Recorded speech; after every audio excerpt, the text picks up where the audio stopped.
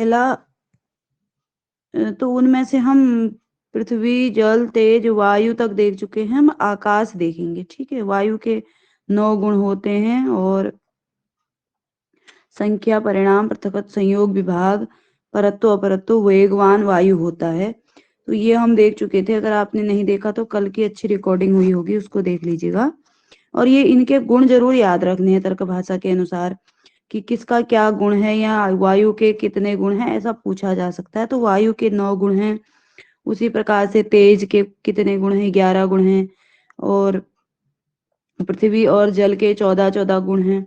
तो ये इन गुणों को ध्यान में रखना है और किसमें कौन सा गुण नहीं है ये ध्यान में रखना है। उसके बाद आगे चलेंगे। ये वायु का लक्षण, ये भी हम कल तर्क संग्रह और तर्क भाषा दोनों के अनुसार देख रहे हैं। लगभग एक जैसा ही विषय है, एक विषय भी पढ़ा हो तो पेपर में किया जा सकता है। तर्क भाषा में गुण एक्स्ट्रा बताए हैं, यहाँ पर गुण इत्यादि नहीं बताए हैं तर्क संग्रह में। तो रूप रहित स्पर्शवान वायु वह 2 प्रकार का होता है, नित्य अनित्य, नित्य परमाणु रूप, अनित्य कार्य रूप। फिर 3 प्रकार का होता है, शरीर, इंद्रिय, विषय भेद से शरीरम वायु लोके, इंद्रियम स्पर्श ग्राहकम त्वग, सर्व शरीर वर्ती विषयो वृक्षादि कंपन हेतु, शरीरांत शरीर अंतः संचारी वायु प्राणः। वायु एक है, उपाधि के भेद से प्राण, अपान, व्यान, उदान, समान इस प्रकार की संज्ञा को प्राप्त करता है। तो इस प्रकार से ये तर्क संग्रह के अनुसार भी हो गया।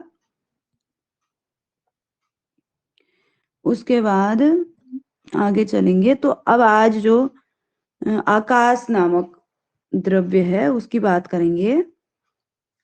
आकाश शब्द गुणकम आकाशम, संख्या, परिणाम, पृथकत्व, संयोग, विभाग वत एकम विभु नित्यंच, शब्दलिंगकंच शब्दलिंगकत्व शब्दलिंगकत्वमस्य कथम परिशेषात् प्रसक्त प्रतिषेधे अन्यत्र प्रसंगात् परिशिष्यमाणे संप्रत्ययः परिशेषः। अब जो आकाश है, शब्द गुणकम आकाशम, शब्द गुण से युक्त आकाश है। उसका जो गुण है उसके कौन कौन से हैं? शब्द, फिर संख्या, परिणाम, पृथकत्व, संयोग, विभाग। शब्द 1, संख्या 2, परिणाम 3, पृथकत्व 4, संयोग 5 और विभाग 6 गुण जो है आकाश के हो जाएंगे। ये एकम विभु नित्यंच, एक विभु और नित्य है। आकाश क्या है? एक है, विभु है और नित्य है। विभु मतलब सर्वत्र व्यापक, नित्य जो समाप्त नहीं होता है, जिसकी उत्पत्ति नहीं होती है, अंत नहीं होता है। शब्द लिंग का कंच, शब्द का लिंग यानी कि शब्द का अनुमापक होता है, शब्द का लिंग होता है। शब्द लिंगकत्वमस्य कथम, अब ये एक प्रश्न उत्पन्न हो रहा है कि शब्द लिंग की कैसे कैसे है। तो परिशेषात, परिशेष अनुमान के माध्यम से होता है। ये प्रतिषेध अनुमान जो होता है क्या होता है, इसको देख लेते हैं।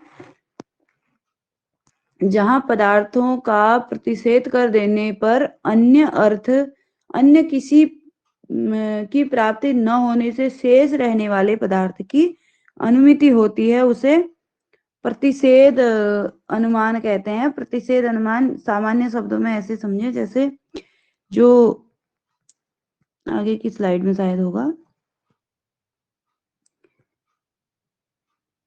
नहीं है इसमें, तो ऐसे ही समझा देती हूँ। यहाँ पर क्या होता है, जैसे पृथ्वी, जल, तेज, वायु इत्यादि किसी में भी ये शब्द नहीं पाया जाता है, तो अन्य जो है उनमें इसका प्रतिषेध हो गया इस शब्द का। और जो बचा, आकाश बचा, तो उसी में उसी आकाश का यह गुण हो गया। तो यहाँ पर अन्य जो भी तत्व है ना आकाश के अतिरिक्त 5, तो उनमें किसी का भी ये गुण नहीं बन सकता है शब्द। तो फिर वो यहाँ पर प्रश्न उठता है कि आकाश का ही कैसे बन पाता है, जबकि आकाश तो रूप इत्यादि की तरह दिखता भी है। तो सख्त प्रतिषेध अनुमान से शब्द को आकाश का लिंग मान लिया गया है। तो इस प्रकार प्रश्न उठता है आगे। वो थोड़ा सा मोनिका जी भी जुड़ चुकी हैं, तो थोड़ा सा ये होता है कि थोड़ा समय भी अधिक लग जाएगा और प्रश्न भी ऐसे बनते नहीं है। तो मैंने वो ना करके जितना पेपर में आने लायक विषय है उसे ही पीडीएफ में शामिल किया है। तो वहां पर एक अन्य शंका उत्पन्न होती है कि आकाश तो जो है हमारी चक्षु इंद्रिय से दृष्ट होता है, तो फिर शब्द इसका गुण कैसे है? तो प्रतिषेध उसका आंसर है, प्रतिषेध अनुमान के द्वारा। और प्रतिषेध अनुमान वह होता है जो अन्य में प्रतिषेध हो जाने पर, अन्य तत्व जो है उनमें नहीं होने पर एक जो बचता है उसी में उसको उसी का गुणों से मान लिया जाता है। तो ये प्रतिषेध अनुमान के माध्यम से सिद्ध होता है कि शब्द का लिंग आकाश है। उसके बाद आकाश का लक्षण यहाँ पर है सरल शब्दों में। आकाश में 6 गुण पाए जाते हैं: शब्द, संख्या, परिणाम, पृथकत्व, संयोग, विभाग। आकाश एक नित्य व विभु है, शब्द का लिंग है। प्रतिषेध अनुमान के माध्यम से आकाश का लिंग, आकाश जो है शब्द का लिंग सिद्ध होता है। उसके बाद आगे फिर आकाश, ये जो एक बड़ा सा पैराग्राफ था ये मैंने उसे शामिल न करते हुए जो जो इम्पोर्टेंट चीजें थी वही नोट कर ली। आकाश व्यापक परम महत परिणाम वाला है। आकाश का कार्य था, यहाँ पर का हो गया खाली, कार्य सर्वत्र विद्यमान है, यानी कि आकाश हर चीज का, प्रत्येक चीज का कारण है। आकाश व्यापक परम महत परिणाम वाला है, महत मतलब बहुत बड़ा है, और सर्वत्र उसका कार्य विद्यमान है। अब जो तर्क संग्रह में कहा गया है आकाश के लिए, आकाशस्य किम लक्षणम कतिविदं च तत्। शब्द गुणकम आकाशम तच्च एकम विभु नित्यं च। शब्द गुण वाला आकाश होता है वह एक, विभु और नित्य है। ठीक है, काल और दिशा फिर देखेंगे हम आगे। ये वही है, हाँ, जो मैं बात कर रही थी। सुखादि उपलब्धि कारणम नित्यंच शब्द संख्यास्त संख्यादि अष्ट गुणवत तत् संयोगेन बाह्येन्द्रियम अर्थग्राहकम एवं सर्वोपलब्धि साधन तच्च प्रत्यक्ष अपि अनुमान गम्यम यथा ही सुखादि। ये अच्छा, ये किसी अन्य चीज का है, कहाँ चलेगी स्लाइड?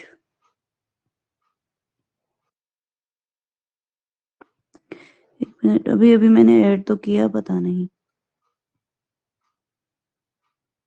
हाँ, ये थोड़ा सा आगे पीछे हो गया है। तो इसके बाद काल था तो वो मन वाला आ चुका था, अब हमें ऐसे ही एडजस्ट करना पड़ेगा आगे पीछे। तो काल का लक्षण देख लीजिए। कालो अपि दिग विपरीत परत्व अपरत्व अनुमेय। काल जो है दिशा के विपरीत, परत्व और अपरत्व द्वारा दूर पास, परत्व अपरत्व का मतलब होता है परत्व अपरत्व अनुमेय है का अनुमान करने वाला है। संख्या परिणाम पृथकत्व संयोग विभागवान। जो काल है उसका भी संख्या परिणाम पृथकत्व संयोग विभाग और एक नित्य विभु। काल एक है, नित्य है, विभु है, और संख्या परिणाम पृथकत्व संयोग विभाग इसके गुण हैं। संख्या परिणाम पृथकत्व संयोग विभाग 5 इसके जो हैं काल के गुण हैं। एक है, नित्य है और विभु है। कथम दिग विपरीत परत्व अपरत्व अनुमेयम। तो यहाँ पर फिर से प्रश्न उत्पन्न होता है। ये थोड़ा सा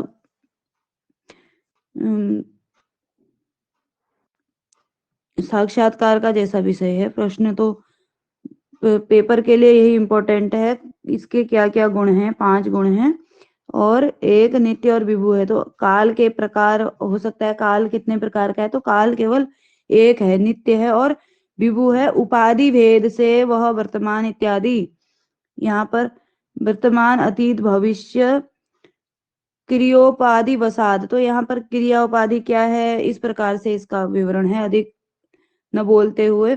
जैसे एक ही व्यक्ति है, कहीं पर वह खाना बना रहा है तो वही वृद्ध, सन्निधान इत्यादि जो बातें कही गई हैं। तो उपाधि क्या होती है उसी का बताया है। काल कैसे उपाधि भेद से अलग अलग होता है और कैसे एक होता है। जैसे एक ही व्यक्ति है, वह कहीं पर पढ़ रहा है, कहीं पर भोजन बना रहा है। अब जहां पर वो पढ़ रहा है उसको हम वहां पर पाठक बोल देंगे, और जहां पर वो भोजन बना रहा है वहां पर पाचक यानी कि भोजन बनाने वाला। तो ये अलग अलग कार्य की उपाधि के कारण उसका वो अलग अलग नाम से जाना जाएगा। तो उसी प्रकार जो है काल है, यह भी क्रिया उपाधि भेद के कारण ये वर्तमान, अतीत और भविष्य मान लिया जाता है। काल एक ही है तो उसको जैसे क्रिया के कारण, जैसे जो कोई कार्य हो चुका है तो वो भूत मान लिया जाएगा, जो होने वाला होगा वो भविष्य मान लिया जाएगा, और जो भी चल रहा है वो वर्तमान मान लिया जाएगा।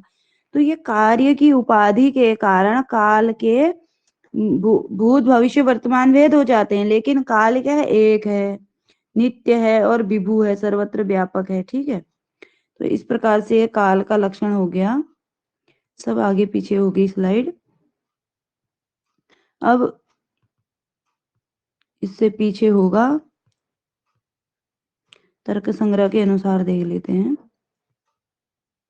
कालस्य किम लक्षणम कति च भेदाः अतीतादि व्यवहार हेतु काल। अतीत इत्यादि का ये प्रश्न आता है। अतीतादि काल का क्या लक्षण है, या अथवा अतीतादि व्यवहार हेतु आ जाएगा तो कालः। ये प्रश्न देखा था मैंने। प्राच्यादि व्यवहार हेतु दिक, इस प्रकार से प्रश्न आते हैं। तो अतीतादि व्यवहार हेतु काल सच एको नित्य विभुश्च, वह एक नित्य और विभु है। अब दिशा का भी देख ही लेते हैं, आगे पीछे जाना पड़ रहा है। दिशा ये तर्क संग्रह के अनुसार है। दिशा का क्या लक्षण है, कतिविधा चसा प्राच्यादि व्यवहार हेतु दिक सच एका नित्या विभुच। प्राच्य इत्यादि यानी कि पूर्व, पश्चिम आदि का जो व्यवहार किया जाता है उसी का हेतु दिशा है, वह एक है, दिशा भी एक है। परंतु ये भी उपाधि के भेद से तर्क संग्रह, तर्क भाषा में कहा गया है, यह भी उपाधि के भेद से पूर्व, पश्चिम, उत्तर, दक्षिण इस प्रकार से हो जाता है। तो आगे इसको देखेंगे। फिलहाल देखें, एक है, नित्य और विभु है। दिशा भी, काल भी एक, नित्य और विभु है। ठीक है, आकाश भी एक, नित्य और विभु है। तो इस प्रकार से इनके लक्षण हो गए।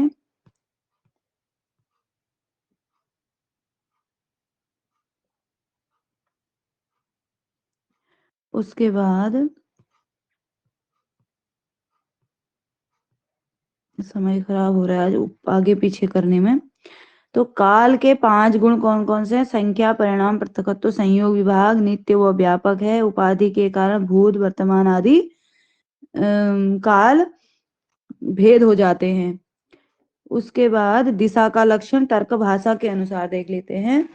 दिक एका नित्या विभु, जो एक, नित्य और विभु है। संख्या, परिणाम, पृथकत्व, संयोग, विभागवती, वही जो काल के गुण है वही दिशा के भी गुण है। संख्या, परिणाम, पृथकत्व, संयोग, विभाग, 5 गुण है इनके। साच पूर्वादि प्रत्यय अनुमेया तेषां निमित्ति तेषाम् अन्य निमित्ता संभवात् पूर्वस्मिन् पश्चिमे वा देशे स्थितस्य वस्तुनः तद अवस्थात् वस्तुनः तद अवस्थ्यात् स च एकापि सा च एकापि। अब यहाँ पर दिशा क्या है, एक, नित्य और विभु है। संख्या, परिणाम, पृथक, संयोग, विभाग इसके गुण हैं। तो अब कोई प्रश्न ये करेगा कि दिशा कैसे एक हो गई, दिशाएं तो बहुत सारी होती हैं।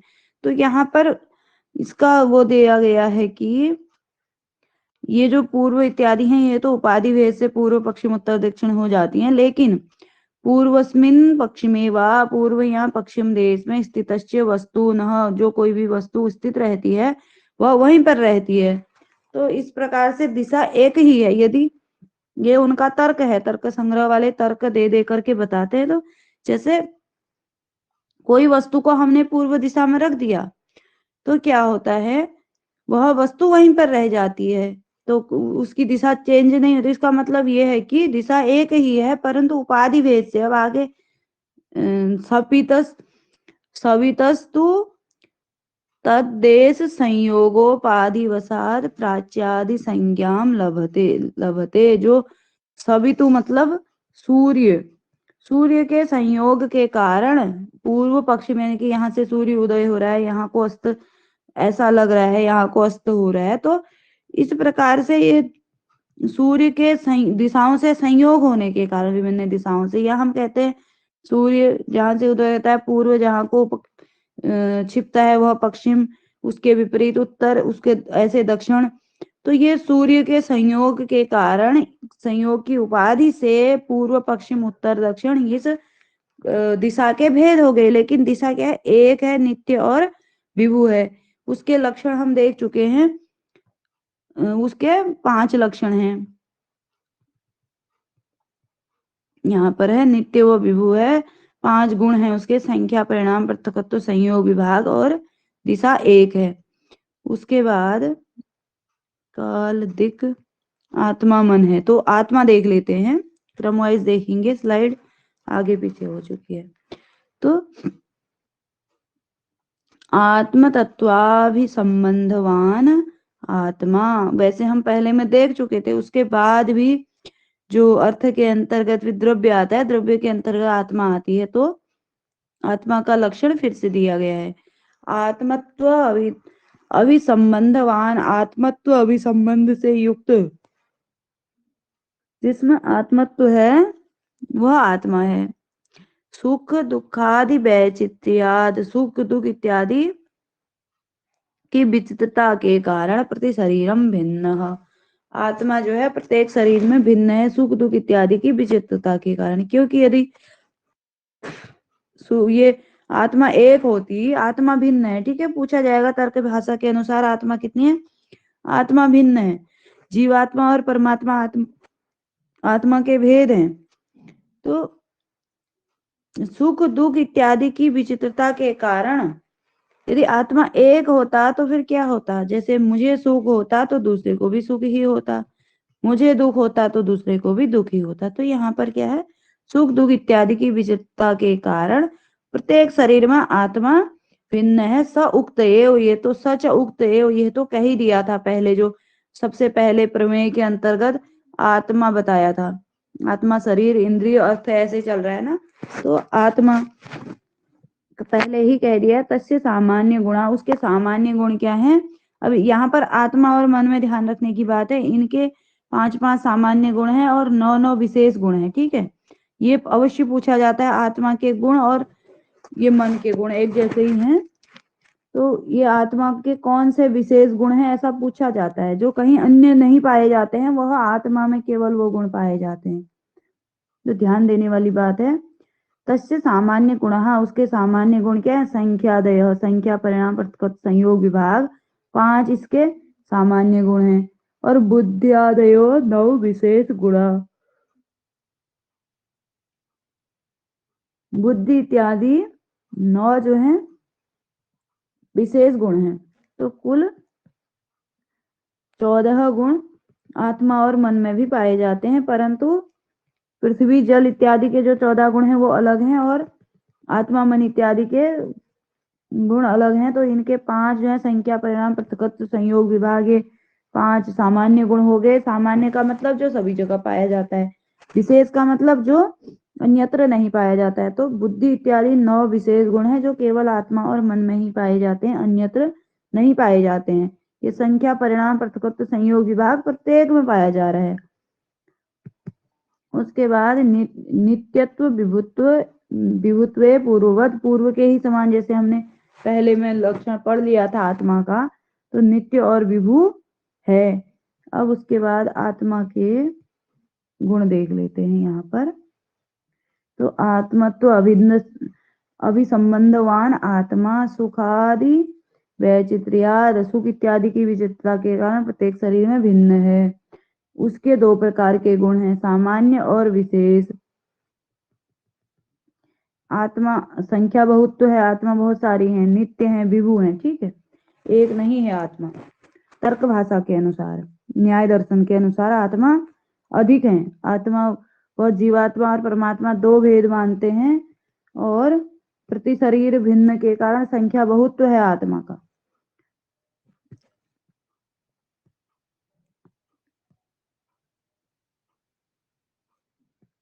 विशेषाह और सामान्य। विशेष गुण कौन कौन से हैं? बुद्धि, सुख, दुख, इच्छा, द्वेष, प्रयत्न, धर्म, अधर्म, संस्कार।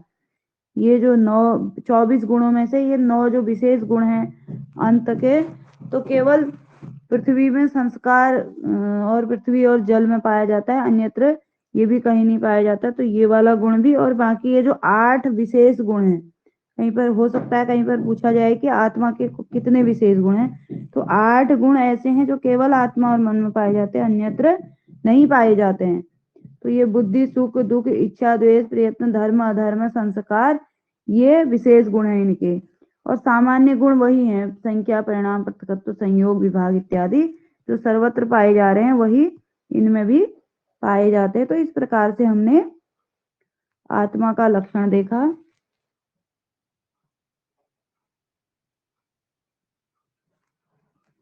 उसके बाद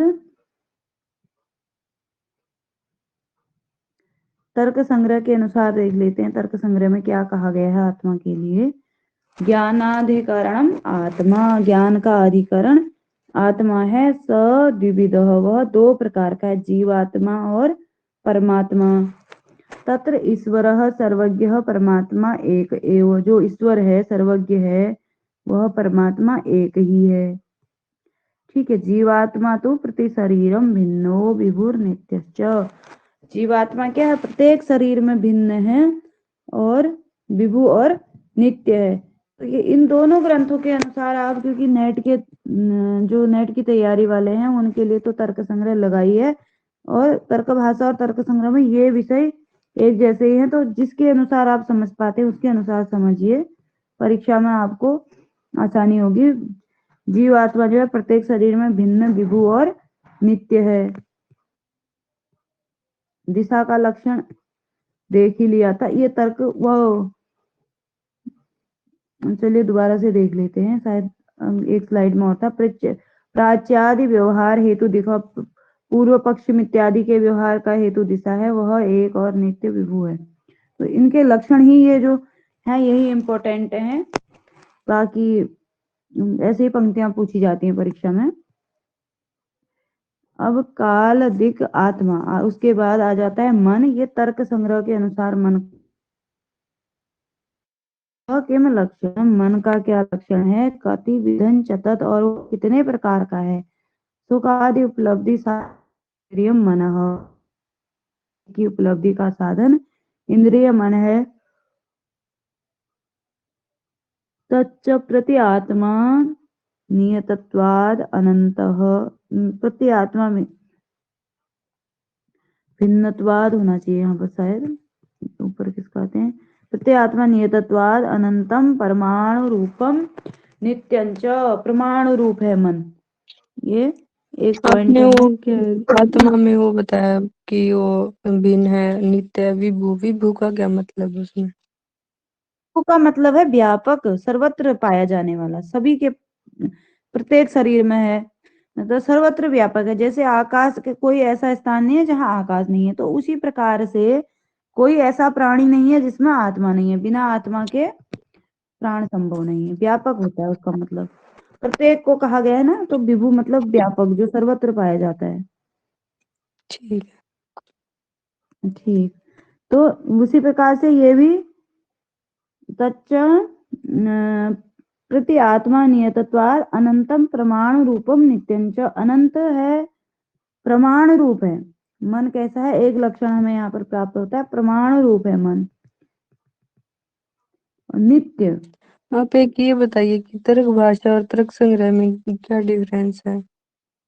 तर्क भाषा और तर्क संग्रह में ये चीजें तो सेम है, मतलब जैसे मन का लक्षण क्या है? एक ही है, और नित्य है, विभु है, लेकिन इनके गुण बताए गए हैं। तो अगर इतना ही पढ़ेंगे काम चल जाए, लेकिन अगर मन का गुण पूछ लिया, आत्मा के कौन कौन से विशेष गुण हैं, तो फिर वहां पर तर्क संग्रह के अनुसार हम ठप हो जाएंगे। तर्क भाषा पढ़ी होगी तो हमें आत्मा के विशेष गुण कौन से हैं ये पता लग जाएगा। तो उसी प्रकार पृथ्वी के 14 गुण हैं, ये तर्क भाषा में ही केवल प्राप्त होता है, तर्क संग्रह में ऐसा नहीं मिलता है। तो इसलिए दोनों ग्रंथों को पढ़ना आवश्यक है। ठीक। मन का लक्षण उसके अनुसार देख लेते हैं, ये स्लाइड पीछे जाने के कारण। तो यहाँ से मन का लक्षण इसमें तर्क भाषा के अनुसार आ गया। मनस्तु अभिसंबंधवान मनः, अभिसंबंधवत मनः, मनत्व, मनस्तु वो दो शब्द को नित्य का माना गया है। जी शब्द को नित्य का माना गया है। हाँ हाँ बिल्कुल, शब्द नित्य होता है, जो कभी समाप्त नहीं होता है वो नित्य होता है।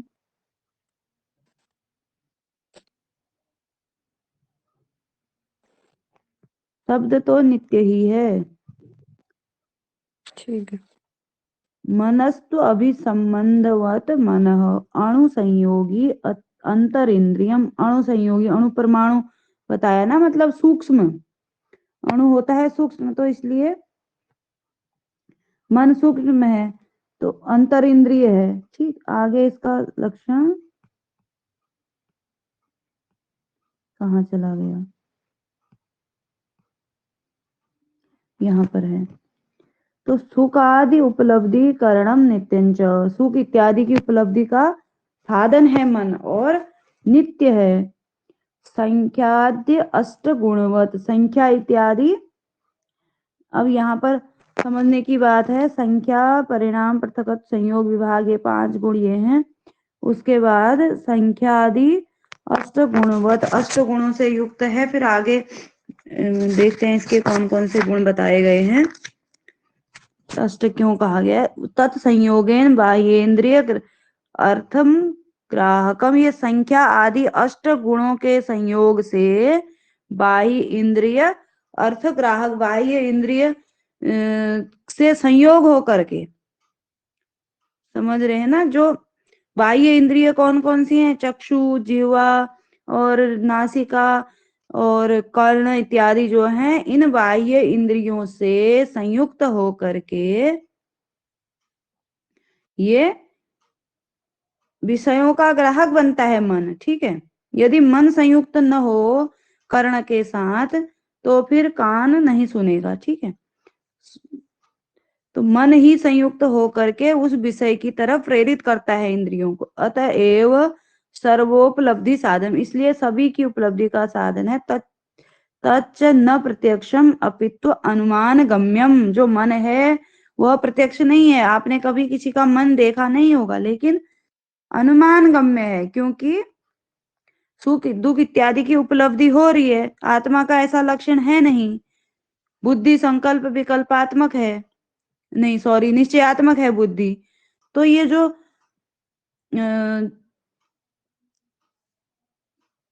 ये सुख दुख इत्यादि की उपलब्धि का साधन क्या है, तो अनुमान के द्वारा इसका अनुमान के द्वारा गम्य है। अनुमान से हम जान रहे हैं मन है, मन दिखता नहीं है लेकिन अनुमान गम्य है। तथा ही सुखादि उपलब्धेश्च, सुखादि उपलब्धेय चक्षुराद्य अतिरिक्त करणम करण साध्य असत्व असत्स्वपि चक्षुरादिषु जायमानत्वात्। तो ये फिर आगे वही थोड़ा सा विस्तृत विषय आ जाता है।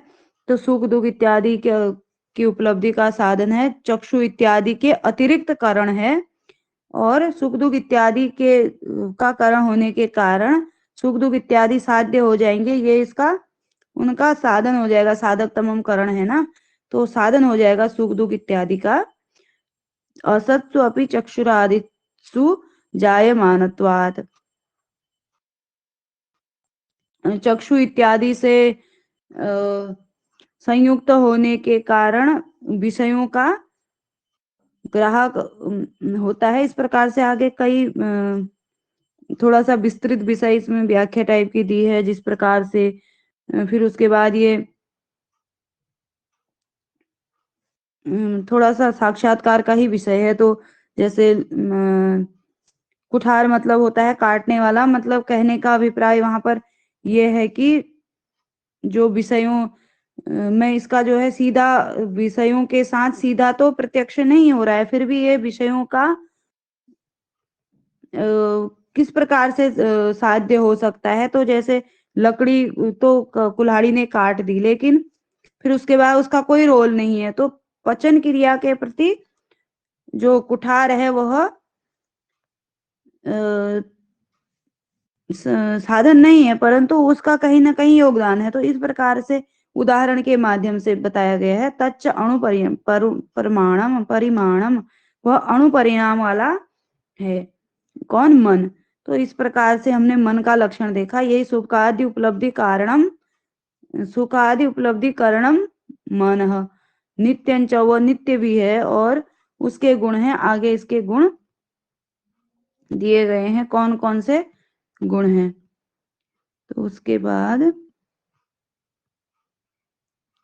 यहाँ पर है